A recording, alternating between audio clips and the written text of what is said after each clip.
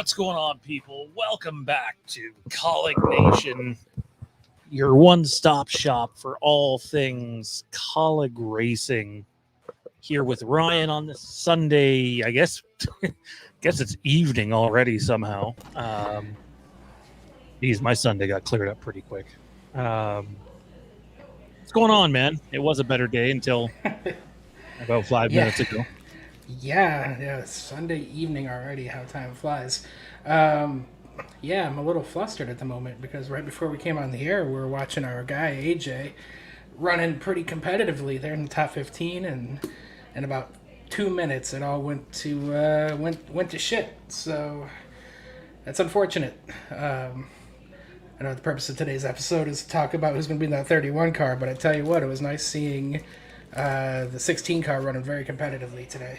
So yeah, I mean he's running top 5 to top 7 lap times. It's just I don't want to spend too much time on it, but Ryan and I basically have two different takes on what happened. And he thought it was on AJ, and I mean at the end of the day, you put the car in the wall, and there's most of the time, if it's just you that does it, there's no one else to blame. That being said, you can't then shoot yourself in the foot again when you come down pit road and send too many guys over the wall. It's a collective thing, and it sucks because they came to a 1.5-mile track, which was their strength last year, to be honest, that road courses. it was. Yep. And only recently have they started to show the speed at 1.5-mile tracks again. But I honestly, they had a top 5 to top 7 car. We could spend a ton of time talking about what they could have done differently on that restart. At the end of the day, he put the car in the wall. He's 3 laps down, and the race is over, basically. Yeah. There's no way around it. Could there be more cautions? Of course, there seems to be a ton of them today.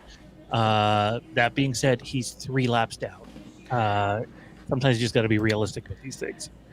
I tell you, it's this is the interesting part of going live like we are right now, because we are in the middle of the race, which is not something we normally do, and to see the car and the team put together some really fast, lap times, running competitively.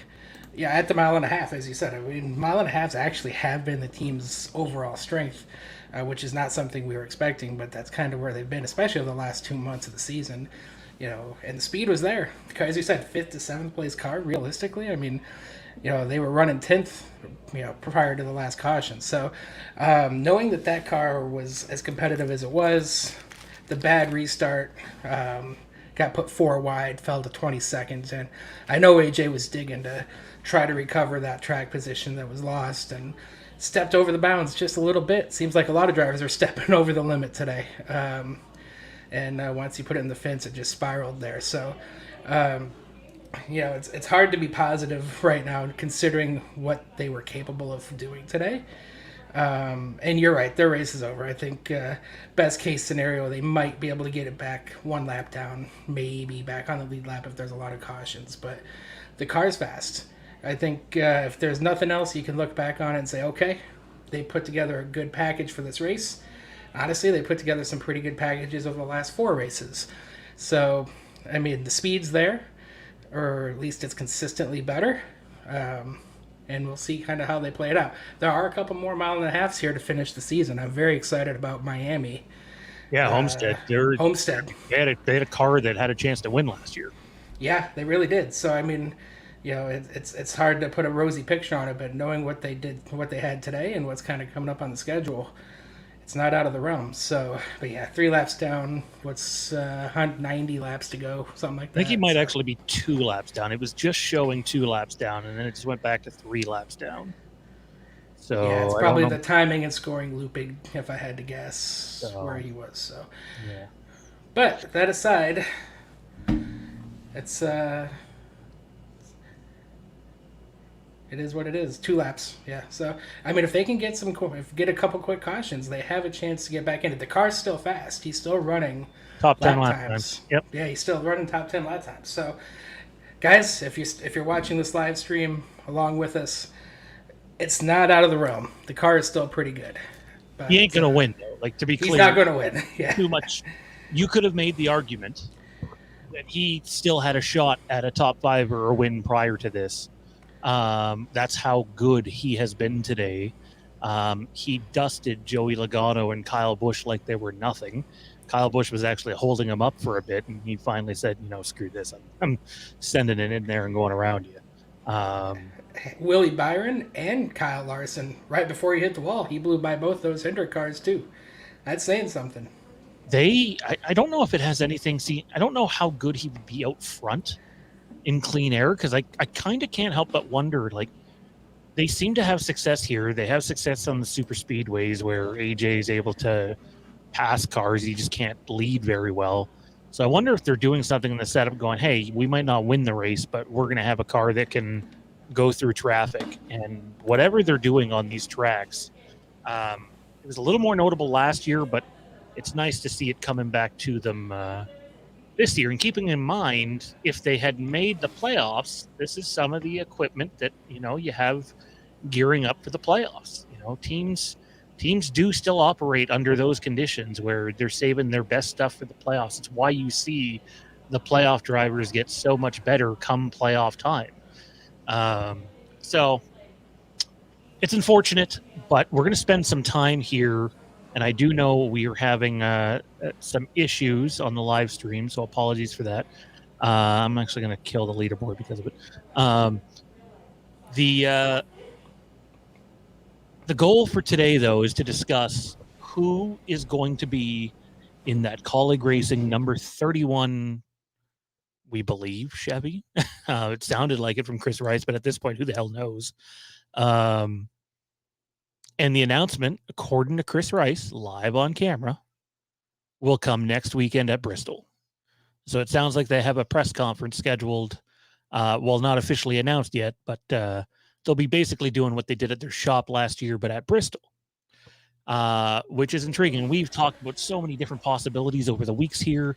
The rumor mill's been turning.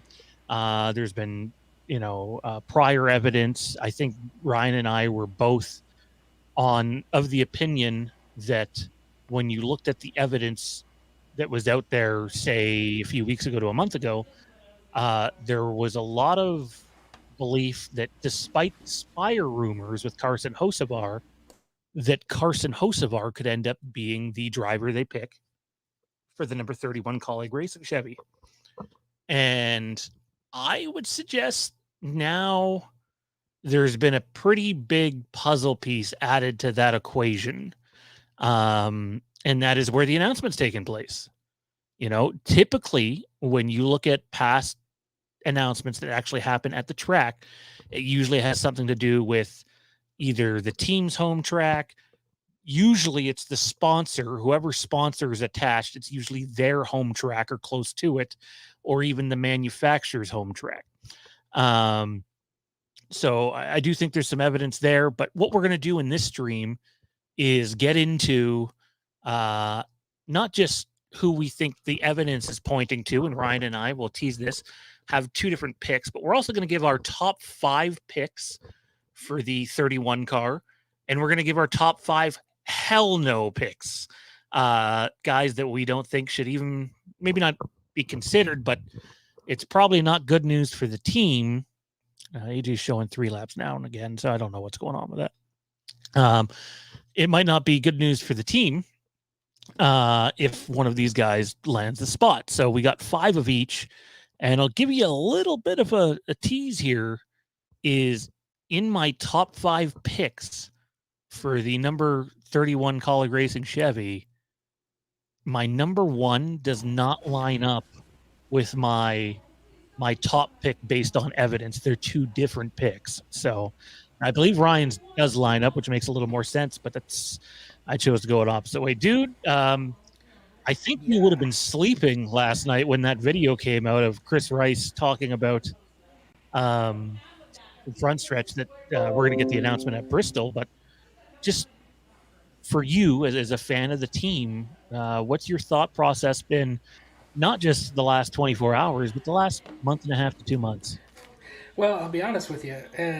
I'll go back to what Chris Rice actually said on SiriusXM earlier in the week, that that this is going to be a big surprise. And you've talked ad nauseum, and I agree with you that he has really been building this announcement up as some sort of big Wait, off so he out of said that left again field. on Sirius XM? Because I never heard that interview. I don't think he said it on that interview. I'm just saying in general, Okay. he's been building this up, right? Like this is going to be a big time pick. So, we've been going through this, and it's like, okay, what are we going to do? But the part that he really did say is that it's been the best kept secret in the garage, and to his credit, it has been, because this is about our third or fourth video where we're sitting here trying to figure out who's going to be in that car, and we're digging through tweets, we're digging through, sponsorship, headquarter, local, home office. We're trying to figure out anything that'll give us some details. And sure, we've got some ideas, but really, we don't have a lot of evidence. We don't really know. And in the world of social media, NASCAR, any kept secret is a rarity these days. So it's one of those things that, the fact that they have kept such a tight lid on this is going to give us one of two things. It's either really going to blow our worlds, and it's going to be a hire that's probably a lot better than we ever could have really imagined, or it's going to be something mundane like promoting from within, which of course you can keep silent or keep from leaking to the press if you're promoting from within, which obviously that wouldn't be a shocking surprise, but that could also be an possibility, and we'll get into that a little bit later. So I think I've been frustrated, annoyed that this has drug out this long, and we don't have a clear indicator of even now what direction they're going to go in. But it is finally coming to an end. We're finally going to have a resolution to this, and it's going to come at Bristol. So we are probably the last team to make the announcement on who's going to be driving the car. Every other major team has kind of filled their seats to this point. I'm just ready for it to be over with.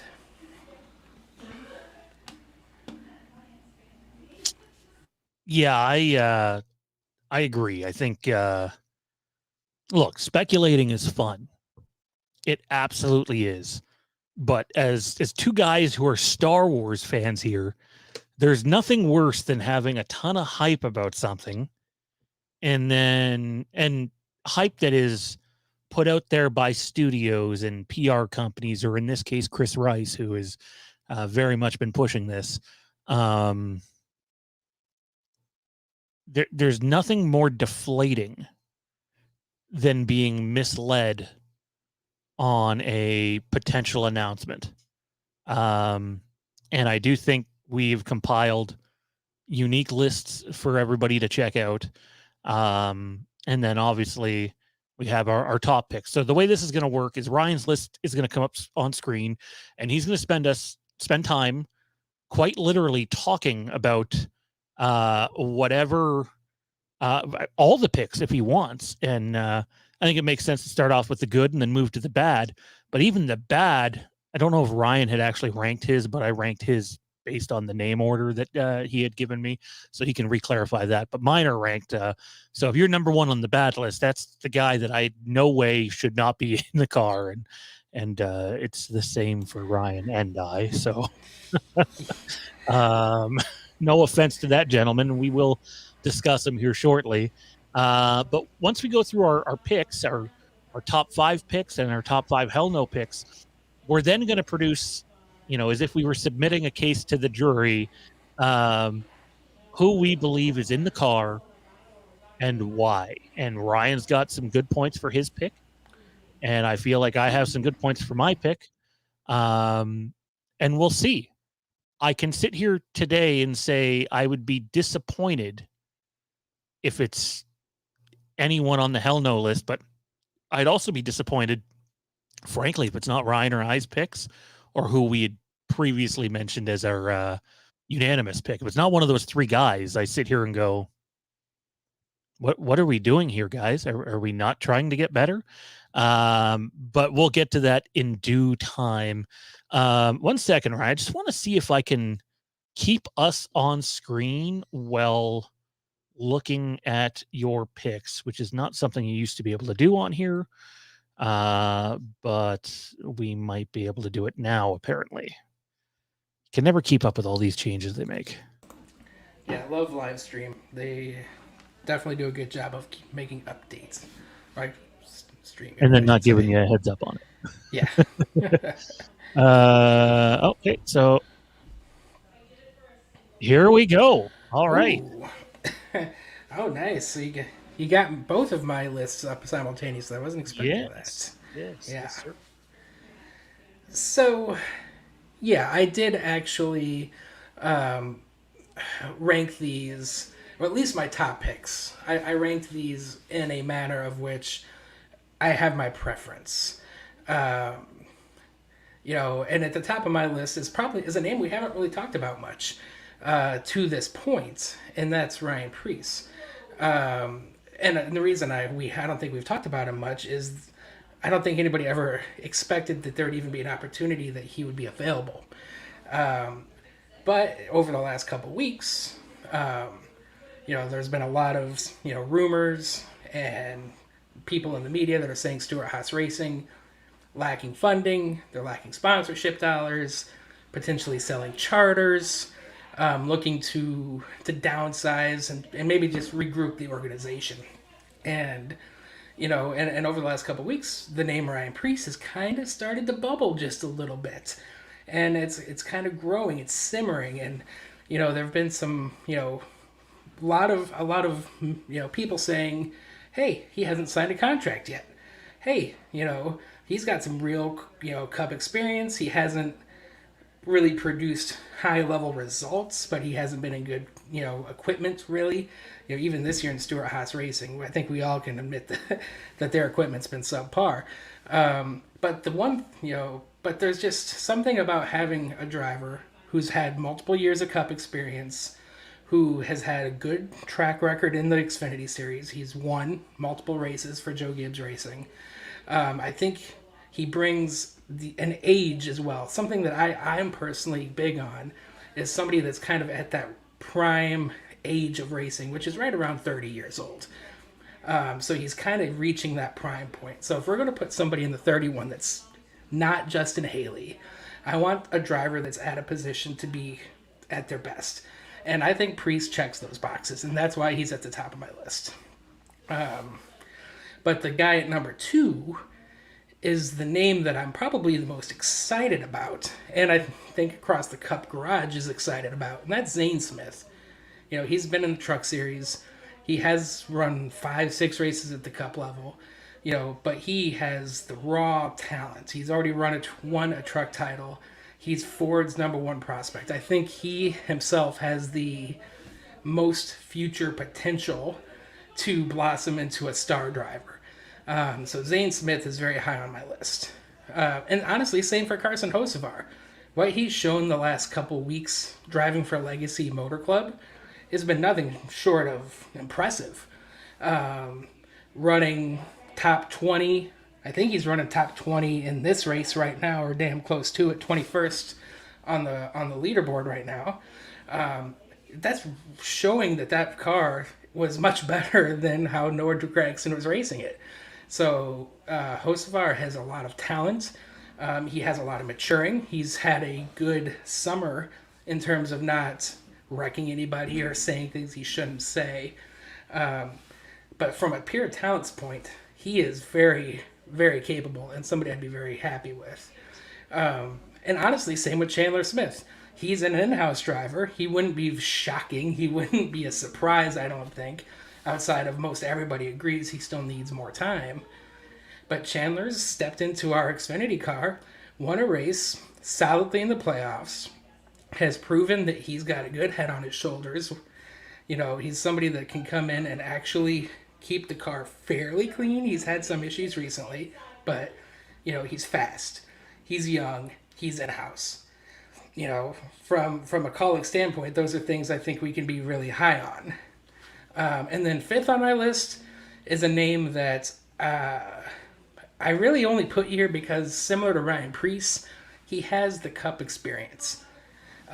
What he did when he drove, oh my goodness, it wasn't Front Row Motorsports. I forgot the team that he almost won with at Wood Bristol. Was Brothers. it Wood Brothers? Yes, but even prior to Wood Brothers, when he was with Levine Family Racing, and he almost won Bristol. He really took that team and honestly elevated them. That's why he got that Wood Brothers ride. So knowing that he's no longer racing, or he'll finish the year with Rackley, but he doesn't have a job for next year. He has a Cup experience. He is very friendly with AJ.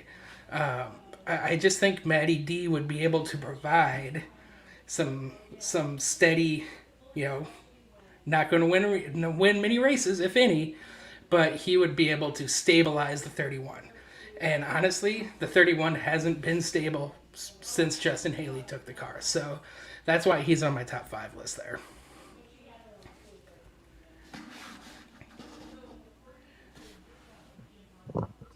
Do you want me to dissect your picks now, or do we do all 10? What do you want? How do you want to do this? We didn't get a chance to talk about this. Well, since you put both up on the list, I guess I'll rattle off my hell no picks. Yep.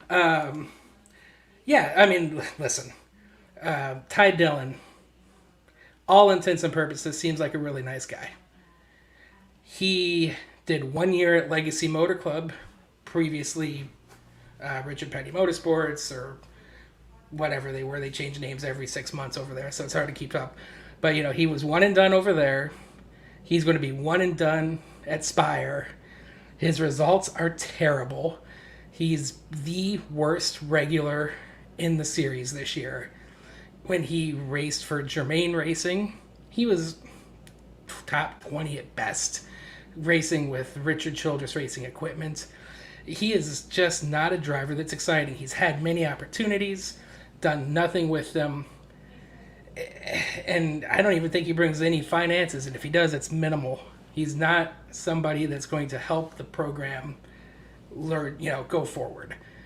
I just have no urge for Ty Dillon. That's a driver that if they bring Ty Dillon in, they're going to have a hard time explaining to me why I can support him, because I have nothing on the top of my head that says this guy is worth his salt at the Cup level. Maybe at the Xfinity level, but not at the Cup level. Daniel Hemrick. Listen, I really like Daniel Hemrick. He's actually stabilized himself on the Xfinity front this year. He's actually higher up in points than Chandler Smith. He has more top 5s, more top 10s, better average finish. His issue, outside of being quite a bit older, is what he's proven he can't do, and that's win races. Consistency only goes so far. He hasn't proven to be a guy that's been able to take that next step. And he does, he would take the 31 and run exactly what Justin Haley's doing this year. Maybe Circle, the funding steps up, they can bring them in, and then they can put time, help the company in a financial way. But when we go back to what Chris Rice has said about the excitement, the surprise, the thing that we're trying to get us excited about, Daniel Hemrick just doesn't do it. And honestly, that's going to be the standard theme for the rest of my drivers here. Justin Allgaier, he's done great things in the Xfinity Series. He's won a lot of races. He actually has financial support with Brandt. I wouldn't necessarily be too upset if they brought in Justin Allgaier. There haven't been any real rumors about it. Honestly, for these last 3, there haven't been any. I haven't seen or heard anything that says, yes, these guys are even linked to Kaulig. But all 3 of these guys, Allgaier, Herbst, and Jones, they're all Xfinity lifers. They all have funding, but they don't excite me. I don't think they excite the operation, and I just don't think they help drive the program forward.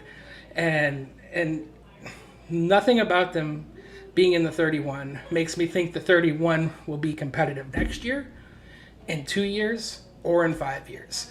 And that's, the names I have on the left, I think it can grow the program, can grow the 31 car. And none of these guys on the Hell No picks, I think, can do that. And that's why they're on my list.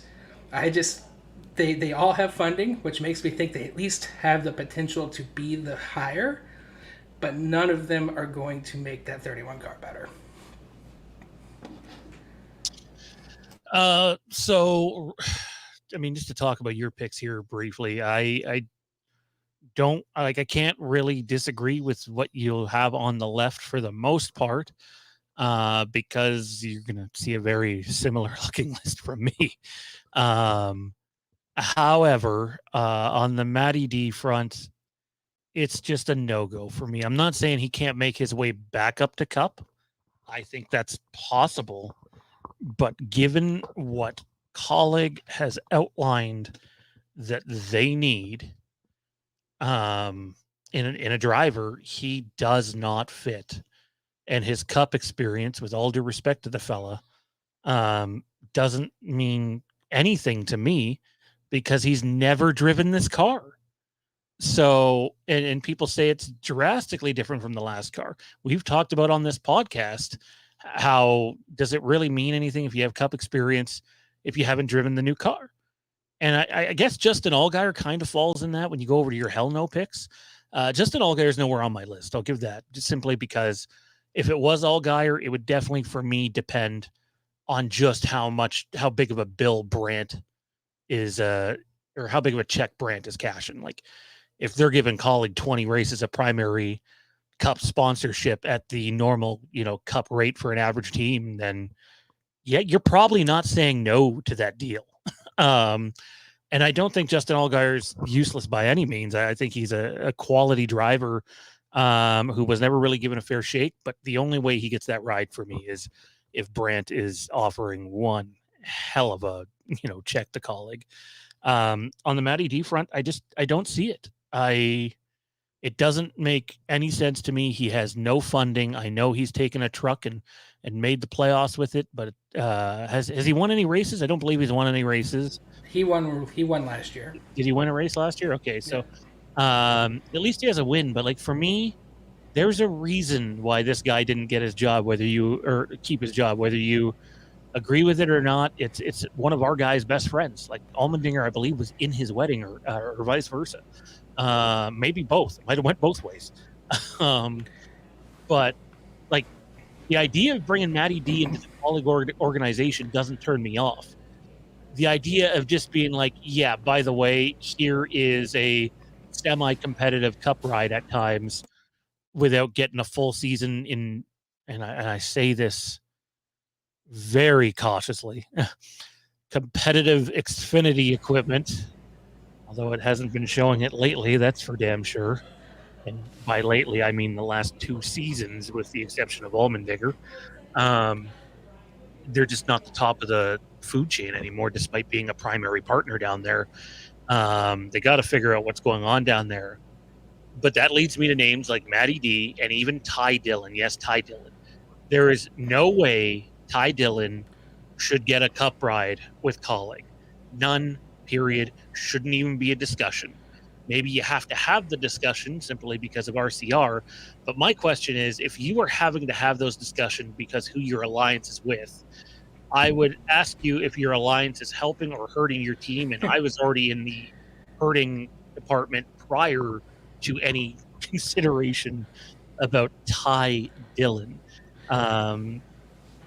However, dude, if it came out that Ty Dillon got an Xfinity ride with Kaulig, I would sit here and go, okay, now show me what you can do in a full Xfinity series, not 4 races with Joe Gibbs or whatever, a full year Xfinity with Kaulig, and let's see what you do. Hey, maybe he shows something.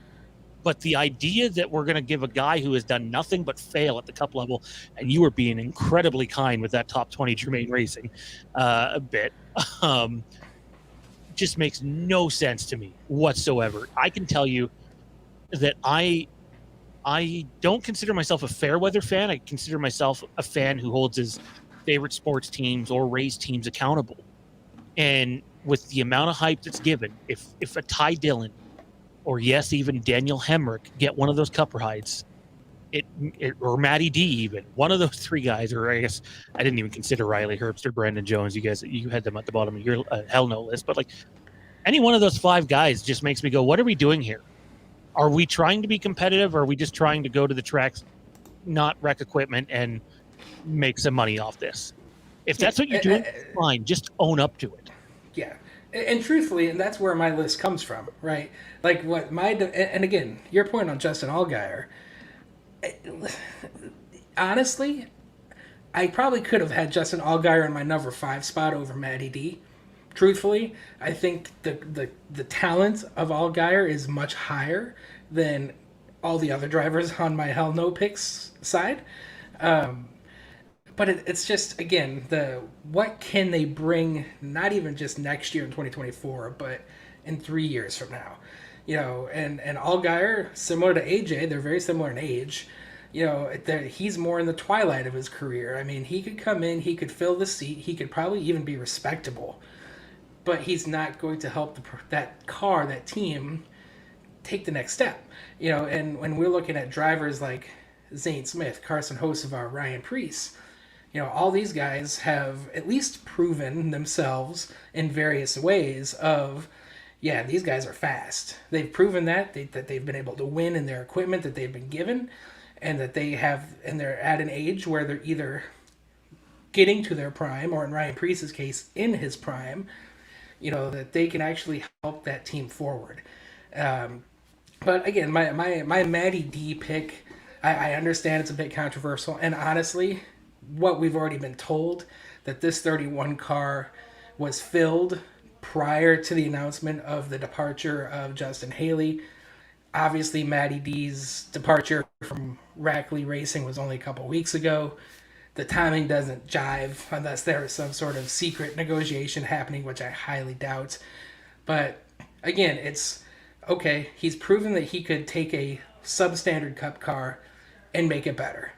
He brings a relationship with AJ where that could help AJ stick around another year or two, because we haven't really touched on this, but there are at least indicators that AJ might not want to race in the Cup Series anymore.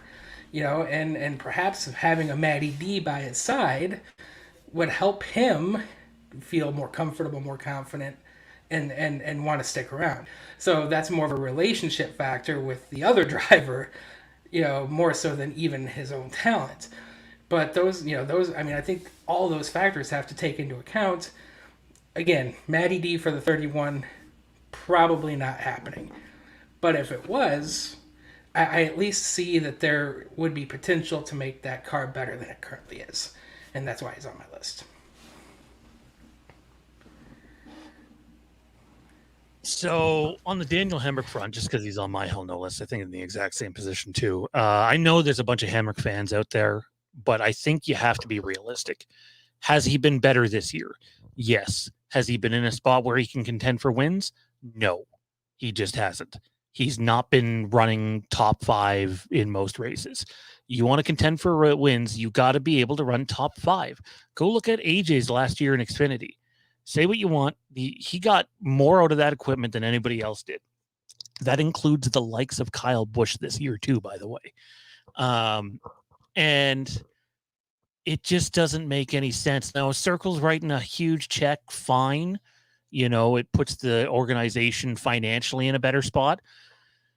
But you still have to sit there and go, all right, so can we ever trust Chris Rice again in an interview? And I don't want to call the guy's integrity into question, but there are already people that aren't as pessimistic as me going, yeah, I think a lot of what Chris Rice is saying is hyperbole and they're trying to make the best out of a bad situation. And I get that sometimes that happens. But at the end of the day, it falls directly on him and the organization. If the pick that comes out at Bristol is underwhelming and is a Ty Dillon or a Daniel Hemrick or anybody on your Hell No list, sorry, did you have something you want to add here? Yeah, I mean, yeah. At the end of the day, it's and a lot of where we stand on this is based off of Chris Rice. We all know Chris Rice is a hype man. We all know that he's the cheerleader of the team, but he has gone out of his way to build this announcement up. And I just, Daniel Hemrick is a driver that if they, similar to Allgaier, if they put him in the 31 car, those results probably wouldn't differ much from what we've seen from Haley. And if that's what you're looking for, okay, you know what, whatever. He has some funding. But when your president and CEO of your organization is saying, "Man, this is going to catch everyone by surprise. This is really exciting. We're looking forward to the future." Hemrick just doesn't check that box. You know, Again, different topic. But if there were ever a situation where Hemrick needs to step into the 16, whether that's in 2024 or even 2025, okay. But again, it's all about the optics of how that comes about. If he does end up getting promotion when AJ's ready to hang up the helmet, you know what? There can be an argument to be had for it. But the way that we've gone about this entire process, to me, doesn't scream Daniel Hemrick. Also, I mean, people point to the Bob Pockras interview, and I'm assuming Pockras is a Hemrick guy. Pockras is also one of the guys that had Zane Smith out there to Kaulig earlier. He wasn't saying it was going to happen, but he was saying it was a legitimate option, just depended on funding. But on the Hemrick side of things, like, I know he's put out there a couple of times now that Hemrick's a candidate, and it's possible that he was. But given what you have sold, not just the media, but your fan base, which, by the way, excuse me, is becoming more volatile by the day, with defeating yourselves on track. That's happening too routinely in the last year and a half or so. You go on social media, it's not just fans that are saying this. Like, Kaulig has taken a big step back. Daniel Hemrick does nothing to improve your future other than maybe financially. There's no, okay, well, maybe we could get this much better with him in the car. You saw what Daniel Hemrick was capable of last year when he drove the car. And at times he was okay, and at times he was not. He's going to run probably where Justin Haley runs right now, maybe even a little worse, because Daniel Hemrick isn't a good road racer, and Justin Haley is a passable road racer. Hemrick, kind of like the Ryan Preece thing, which worries me with him. I look at and go, and if I had to choose between the two, I'm taking Ryan Preece. But like, I go, neither one of you have like a certain style of track that you're just really good at. Now, you could argue Preece has the dirt track, of course, but we don't even know if that's going to be there. Right? And I would say, honestly, the short tracks. He cut his teeth at the short tracks. I mean, he is really good at tracks like. He was great at the Coliseum earlier this year. He was really good at New Hampshire, the flat, short ovals. He actually does have a type, and he is good at those types of tracks. So, yeah, he definitely has at least something we can say. All right, those 4, 5, 6 races, when we go to those short ovals, even tracks like Richmond, he's going to have put together a decent run. Yeah, I don't. So when I say when someone has a track, I mean like, you had AJ Allmendinger running Phoenix equipment and JTG Toyota equipment, and getting top 10s with them in the Cup Series. I haven't seen Ryan Preece run like that. And I mean, Stuart Haas is far more capable than the two teams that I just mentioned. But it would make sense. Most dirt track guys are pretty good at short tracks. And it sounds like at least there's the potential to have one or two more of those next season. So, I'm hoping for the best for sure. But we'll see what happens. Got to get to my list because we're running on time here. Sorry, I'm a dad too, and they're definitely acting up. My pick number 1 is Carson Hocevar for many of the same reasons that we've already outlined. When Chris Rice made the emoji that he had, the signing was official, Carson Hocevar liked it, and then for whatever reason, days later, not the next day, not several hours, days later, it was unliked. No real reason was given for that. I tried to reach out via social media, but obviously nobody was answering on that one. I just think Carson Hocevar, when you see what he's done in the 42, when you see that he has already proven that he can grow as a racer, he was being, let's just say he was just being thrown under the bus last year with a lot of the wrecks that were being caused by him and some of his on-track antics, and they've been able to they've definitely been able to clear, or he's been able to clean that up. And it's I would not be upset if it was Carson Hocevar. I think Worldwide Express definitely has a relationship with him, and it sounds like that if they want to be in the NASCAR Cup Series game as much as they were this year, they will probably have to find another car to be on for more races. Not that they won't be on the one at all. Zane Smith, for many of the reasons again that we've already talked about, Bob Pockras and many others consider him to be the top prospect in NASCAR. However, he is a Ford driver. And I don't really want to get into too much about Zane Smith right now because, frankly, Ryan knows more about Zane Smith than I do. But I'm going to save my evidence for Zane until we get to the next part here. Chandler Smith, hey, look how many times Quick Tie has been on that Kaulig 16 Xfinity car. It's been like 95% of the season. Every race but one. Yeah. I could totally see, even though Chris Rice definitely implied the opposite when he was, where were they when he had that discussion? I don't even remember where they were racing, but he was speaking with the media about the Haley decision, and he was asked about Chandler Smith, and they just said they'd like to see Chandler win more first before moving up to Cup. That being said, if Quick Tie is willing to, put together half a season of primary sponsorship, like 18 races, which is really hard to do in Cup, and we're going to get into some of that here shortly, I wouldn't be against it. Sheldon Creed's a name that has not been rumored, but I sat here and went, okay, well, if Whelan's willing to write a check, I've seen enough from him. I know people go, well, he hasn't won. And you're right, he hasn't won in Xfinity, but he runs consistent most of the time. And it's not just on one type of track. It's on all types of track. Even when the RCR cars don't have the best equipment, you usually find Sheldon Creed inside the top 5, maybe just outside the top 5. I just like him. He has potential. He reminds me a little bit of a younger AJ, a guy who hasn't learned how to win yet, but you can see the potential there. Again, funding's a big thing. And my number 5 pick is Ryan Preece, but we're going to talk more about him shortly. And then the naysayers, the only two that we haven't really discussed is multiple drivers, which I absolutely believe is on the table and will be deflating for me, even if they come out with, okay, so the 31 next season is going to be driven by Chandler Smith, Daniel Hemrick, and Shane Van Gisbergen. I would still be kind of like, yeah, this isn't helping the organization long term, because you want consistency in your setup notes. What works for one driver doesn't always work for another. In fact, it almost never does. Someone will say, go put that, put what my teammate has in his car in my car. They'll go out and drive it, and they'll be like, well, what the fuck? This doesn't match my driving style. This doesn't work for me at all. I used to think that all the time. I used to be like, why don't you give AJ what Casey Kane has in his car? And not understanding that, hey, it doesn't really work that way. Like, it's there in the car, but if the driver can't access it, it doesn't really matter.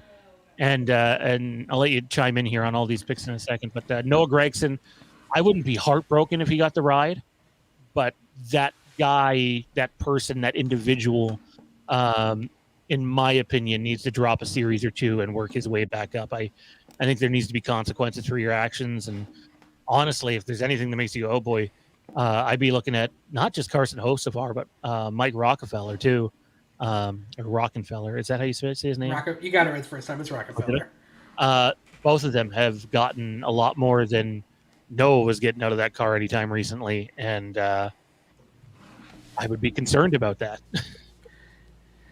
Yeah, I mean, there's a lot of fans of Noah Gragson. And listen, I'm a Noah Gragson fan as well in the Xfinity series. What he's shown there has been nothing short of exceptional. But what he's shown at the Cup level is, well, nothing. Absolutely nothing. Similar to Ty Dillon. Now, admittedly, Ty Dillon's a 10-year veteran at this point, and Noah Gragson's a rookie. But they were dueling it out for the worst regular driver and the regular full-time driver in the series. That's not where you want to be racing, and that's where he was racing. And he just wasn't finding speed. I don't know if it was a disconnect with his crew chief, with the new car versus the Xfinity car, and I don't want to sidetrack much, but there is definitely a learning curve from the Xfinity series to the Cup series. The cars race very, very differently, and because you're good in one, definitely doesn't mean you're good in the other. And honestly, why we're talking about some truckers potentially going straight to the Cup Series, because the trucks now race much, much closer to the current Cup car. So if you are showing speed and consistency in a truck, you're likely to translate that speed and consistency to the Cup car much faster than somebody that won 8 races in the Xfinity Series, a la Noah Gragson.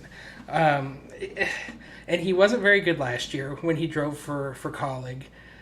Better than he was this year, but still not great. And he just wasn't good this year. And I just, again, as you said, he probably needs to step it down a series. He needs to kind of learn his penance. I love his. Listen, there's a line that you can't cross, and Noah definitely crossed it. But I love Noah's personality. There's not enough personality in the sport. It's very corporate now for justifiable reasons. But having somebody that is going to give you some excitement off the track is somebody that's good for the sport. Noah's good for the sport as long as he knows how to toe the line without crossing it. But that being said, I just don't think he's ready to get back into a Cup car, and he's definitely not ready, in my mind, for the Kaulig car. And I do want to touch on Sheldon Creed because we talked about this, privately. I also am a huge fan of Sheldon Creed. I didn't put him on my top 5 list simply because he's with RCR. It seems like he's kind of been locked down by RCR, and I just don't see a path for him to the Kaulig organization next year. But I definitely love where his growth has gone. Last year he struggled. He kind of got himself in some problems and couldn't finish a race. He's corrected those issues this year, running top 5s consistently week in and week out. And as you said, he hasn't won yet, but he has put himself in position to win a lot. I mean, we could probably go back and reference 10 races over the last 2 seasons where if one thing broke slightly differently, he would be in victory lane. And I'm just going to pinpoint one specific example, Darlington of last year, where he was leading the race going into turn 3, and Kyle Larson flat dumped his ass, and Larson won the race. But there's just so many examples of stuff like that happening where he hasn't quite got the job done, but he's been right on the precipice. That I do think, and he's also very young. He's also 23, 24, maybe. He's somebody that's just coming into his own. He does have a Truck Series championship, and he does have the funding. If Sheldon Creed is that surprise announcement come next week at Bristol, I'd actually be pretty excited about it. I think there's a lot of room to grow, but again, similar to a lot of these guys, there has to be an understanding that their rookie year is probably going to be challenging, and that the growth might be there, but it's going to take time. So, that's just kind of my only concern with most every name on our list here is that, especially for these rookies, they're going to struggle the first year and maybe first 2 years. And that's why Ryan Preece is at the top of my list, because I think he's a plug-and-play driver. And I just want to quickly touch on Carson Hocevar, because I do like Carson Hocevar. And on our last prediction show, we both predicted Carson Hocevar to the seat. As a couple weeks have now come and passed, and there hasn't been an announcement, I'm leaning more and more towards Carson Hocevar getting the ride with Spire Motorsports to drive the 77 and not the 31 car. Mostly a gut feeling at this point, but I just feel like because there hasn't been an announcement yet, and there have been a lot of online chatter about Hocevar kind of already just being locked into that 77, I feel like he might be off the board. But I tell you what, the talent is there, and man, oh man, I would love to have Hocevar if he was in fact the driver that we signed. Yeah, I know if we if we get to Bristol next week and they announce host of bar, I'm not going to be disappointed. I'm going to go, okay, so is the funding Worldwide Express? And if not, then where's it coming from? Because Premium Security Solutions is not enough. They might be able to pick up a couple of races, but that'd be about it. Which brings us to our sort of grand finale here. Our final dial it in, not necessarily prediction or necessarily who we want the most, but rather where we believe the most evidence is and who is going to get the seat, just simply based on the evidence that we and others have access to. And I'll go first here because we don't have much time left. And my pick is Zane Smith. Now, despite me, I honestly feel like I would be happier if Carson Hocevar was in the car. That being said, I think there's some things that have come to light recently that make me go, okay, Zane Smith makes sense. If it's going to be a young guy, there's no one that is going to generate more buzz than Zane Smith right now. Nobody. That includes Carson Hocevar, Chandler Smith, Sheldon Creed, Ryan Preece, who's not really a young guy, but Bob Pockras has linked him to the ride a couple of times, but never with he's definitely going there, but with, hey, this is an open ride and it could make some sense if there's funding. Well, this year, Zane Smith brought funding to the table with Front Row, but it's not a Front Row sponsor. It's a Zane Smith sponsor, and that is they're the Centene Corporation. I might have butchered the pronunciation of that, the Centene. But on the car, they appear as M Better Health and Well Care. They sponsored him for 6 races this season of primary sponsorship at the Cup level. And then a longtime sponsor, his Speedco, who has also had a long history with, well, I shouldn't say a long history. It's Loves that has the long history with Front Row Motorsports, where Speedco has been a little more directly tied to Zane Smith. Now, why do I think this makes sense? For a couple of reasons. We mentioned off the top that typically when you make these announcements at a track, there's a reason for it. Otherwise, you're probably having it at your shop. And whenever they make these kind of announcements, it always has something to do with location. On some level, the location matters, regardless of who it is that ends up in the ride. And until this morning, I didn't really know the ties with the location, but there are several of them. Speedco, based right out of Tennessee, literally the home state.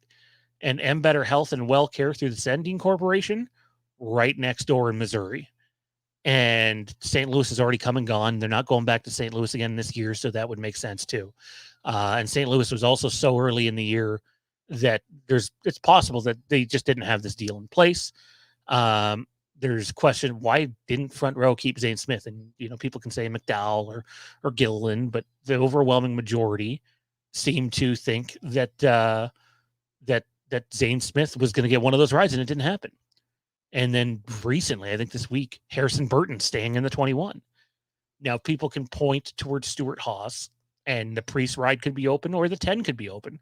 So Zane Smith could absolutely still end up at Stuart Haas. That being said, I think there are some things that add up here, man. I think that when you look at the location of the sponsors, you consider buzz.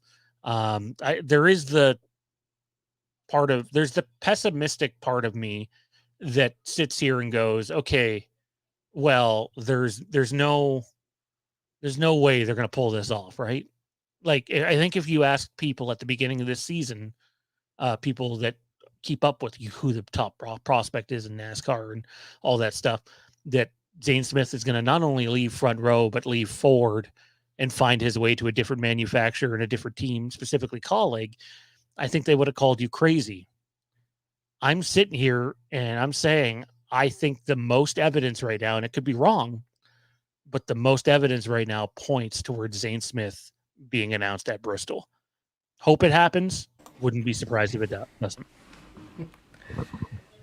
Yeah, I mean, listen, Zane Smith to me has the most upside of any driver that's being linked to the 31 car. from just the his age, his raw talent, his success at every step that he's been at to this point, winning an ARCA title, winning a truck title, being in contention to win another truck title this year. You know, once he found his footing in the truck series, he's been nothing short of the fastest guy in town. He has won a bunch of races, and honestly, similar to Sheldon this year, he's won 3 races this year and probably should have won 5 or 6. Just the pure talent of Zane Smith at such a young age is something that just cannot be overlooked. It does seem like he has some support. As you mentioned, the Speedco, who's been on their truck quite a bit this year, has been bought by a multi-billion-dollar organization. And that organization appears to be willing to fund his racing endeavors. And if we're looking for, not only a driver that's talented but also brings funding, Zane Smith's your guy. I'm glad you brought that. I'm glad you brought that up because I missed a point. The organization that bought them also located in Tennessee. Yeah. So I mean, the fact that they've, again, at the end of the day, did they wait to Bristol because that's where the sponsor is located, or did they wait to Bristol because that's just every other organization's made their announcements and they wanted to be the last one on the block to try to maximize their reach? That's, I guess, the question. Really, at the end of the day, we have to look at with what Kaulig's trying to do next week. But they've set it in stone. They're going to do it at Bristol. We'll know then, at least from a sponsorship standpoint, and who supports Zane Smith, and the fact that every ride that gets filled makes me think more and more Zane Smith is the guy. When Harrison Burton announced he was returning to the Wood Brothers last week, that was a big deal. That was a huge domino that didn't fall, that I think really does eliminate most opportunities for Zane to stay in the Ford camp. Front Row made their decision for whatever reason that they were happy with McDowell and Gilliland, and that really puts, I think, Zane in a weird situation. Stuart Haas is not performing. Stuart Haas is struggling, and while they might maintain all 4 charters into 2024, they are not putting their best foot forward, and honestly, they're not filling their roster out with, I think, drivers that are going to help them make the next step. And I think Ford is fumbling this Zane Smith football, because Zane Smith is the best pure prospect to come through NASCAR since, I would say, Chase Elliott, Kyle Larson. It's been a while since there's been a prospect that's considered as can't miss as this kid is. Now, that's a lot of pressure, and we've seen what pressure can do to these drivers. But man, if Ford has dropped the ball and Kaulig was able to scoop up the fumble and bring him home, it is as big of a win as you could ask for. Well, time will tell. I think the pessimistic side in me goes with, seems like we've had so much bad news with Kaulig, and every reporter wants to link them to, frankly, shit that doesn't make sense, and makes them out to be a bottom feeder team. And maybe that's where they're heading. I certainly hope not. I got to sit here and consider Zane Smith, although the Stuart Haas thing still worries me. Like, there's 2 potential rides there. I could see Ryan Preece staying, and then, who goes at the 10? It'll be somebody. You have to field a car or sell the charter. And if you sell the charter, then you're going to be making out like bandits, because it's worth a lot of money right now. So I just don't see the charter thing happening. But that's just me. Ryan, close us out here, man. We got to run. Your pick. Yeah, so my pick. Why is this not is, there it is, Ryan Preece, my namesake. So I've latched on to Ryan Preece over the last week and a half, 2 weeks, for various reasons. And I kind of touched on him in my top 5 list. Ryan Preece, for me, the number one reason that I believe he is coming over to Kaulig Racing is that he hasn't signed his extension with Stuart Haas Racing yet. It's been talked about for months. They're close. They're discussing. They're negotiating. They're right on the precipice of getting Ryan Preece signed to an extension at Stewart-Haas Racing. And as of right this second, he is still a free agent. And when we really look at the pool of drivers that are available to Kaulig Racing at this point in the ball game, there simply aren't enough names that stick out, that are as talented, that have the pedigree, that have the experience of a Ryan Preece. He checks, and for me, all of those boxes. He hasn't proven himself yet at the cup level.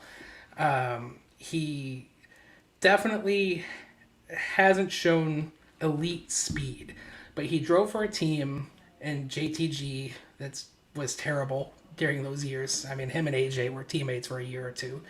Just wasn't good. Now he's driving for a Stewart-Haas team that has taken not one step back, but about 6 steps back. And that team is not performing. And I just feel like Stewart-Haas is in trouble. That there have been legitimate rumors that Stewart-Haas was going to sell 1, maybe even 2 charters. They've lost their primary sponsor of Anheuser-Busch to go to Ross Chastain. They're going to lose their primary sponsor in Smithfield when Eric Almirola decides to hang up his helmet, which, while that hasn't officially been announced, worst kept secret in the garage, that appears to be happening. So now they are without 2 of their biggest financial supporters, and they're trying to fund 4 cars. And I just think that there's a very strong chance that that organization is going to downsize. Maybe they only downsize to 1 or 3 cars, but I think Ryan Preece might be the odd man out. And for the 10 car, it does make a lot of sense for Zane Smith to fill that ride, because he is still with Ford, and the 10 car, without the sponsorship, could be looking to be funded by the same sponsors we just talked about.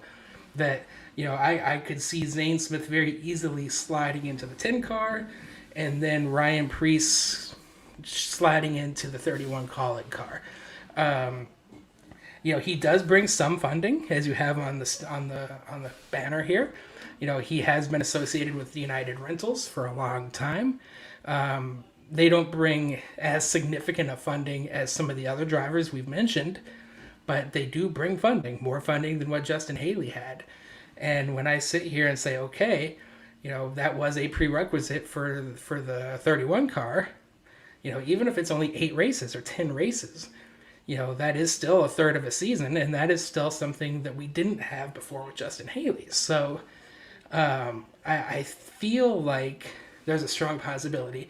And again, this is just more of a rumor that I've seen on social media, but some well-known names, especially if you listen to Door Bumper Clear, have kind of hinted that the driver that's coming over to the 31 is from a different manufacturer.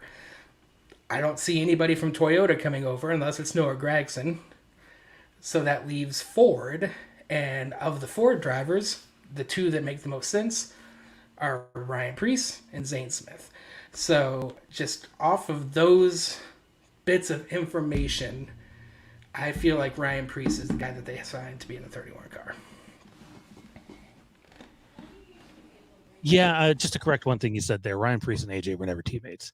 I know I'm the guy that had the bitter taste in his mouth when Ryan Preece replaced AJ Allmendinger in the 47 car, which I think we learned was not an AJ Allmendinger problem after Preece got in. And then Preece eventually moved over to the 37 when Stenhouse came on board. So I wouldn't be upset if it was Preece. I just don't think he's a needle mover. I think he's okay. We got a guy with funding now who probably doesn't have as high of a ceiling as Haley does, simply because there's 8 years difference. And, I wouldn't be heartbroken. He was 5th on my top 5. I think I'd just be disappointed that there were other, both more lucrative and better on track people to take. They keep saying building towards the future. If it's Ryan Preece, I'll deal. I'll be curious to see how many races he got. United Rentals did 5 for him in his part-time schedule last year. United Rentals is doing 10 for him this year. They've done this is their 8th race tonight and have 2 more set on the schedule. So like 10 races, that's a little under a third of a season. But I think in today's NASCAR economy, it's so hard to get valuable sponsorship that 10 races usually does it. Like at the end of the day, like the Dynagro seed car that's out there right now for AJ Allmendinger in the 16 car, it's a nutrient egg car. It's nutrient egg that's footing that bill. Just like when you used to see Insignia on the 43, that's a Best Buy car. It might not look like Best Buy, but it is a Best Buy car. Well, Nutrien at the end of the day is going to have done 15 races this year, a little less than half of the season, and they're also on the hauler. So I just think the sponsorship expectation isn't where it used to be. And the intriguing thing about Ryan Preece and Zane Smith is both of them also have smaller sponsors attached to them that might be able to do a one-off race here or there. And obviously they're not the things you necessarily want, but we're in a position where Kyle Busch has a bunch of one-off sponsors. Yeah. Look what's on the car today, right? So like that's just and to Kaulig's credit, I think Kaulig's done a very good job of finding one-off sponsors. I think that's kind of goes unnoticed and unmentioned, but Kaulig has done a very fine job of putting sponsors on the cars, whether it's Celsius for a handful of races or, next week at Bristol, they've got Barger Precast coming on board again for like, I think the 3rd year in a row. So they also, that's part of the ball game. And you did touch on it that, 10 races, 12 races of primary sponsorship in today's NASCAR world is about, unless you're top 5-6 team, one of the top 5 or 6 teams in sport, that's kind of where you're looking at. So if you can lock down 10 races, 12 races, you've done a good job, and you've got funding that's probably going to help you push forward for the rest of the year. It's why I roll my eyes at the Daniel Hemrick thing. I'm not trying to put Circle down as a company. If they're going to come on and sponsor a bunch of races at the cup level, not just 1 or 2, then hey, good for them. I still don't think it's the right decision for the team. But keep in mind, Daniel Hemrick almost didn't have an Xfinity ride this year with Kaulig because his funding is not where it was in JGR. It's not where it was last year with Kaulig. And like, you can put your hand up wanting a cup ride all you want, but at the end of the day, if you're not, producing indisputable results in Xfinity, which he is not, and you don't have big funding, it doesn't give you a whole lot of reason to be picked now, does it? So, hey, it sounds like we're going to find out this week. The journey will be over. I honestly hope they get up there and then say at the end, if they're asked about the 16 car, they just say it's AJ Allmendinger, because it seems like that's where it's heading. We'll have to wait and see. We're going to get out of here, though. It's overtime. Enjoy the end of the race. Have a great weekend. Like, comment, subscribe, and God knows that we will be here next week dissecting everything that gets announced.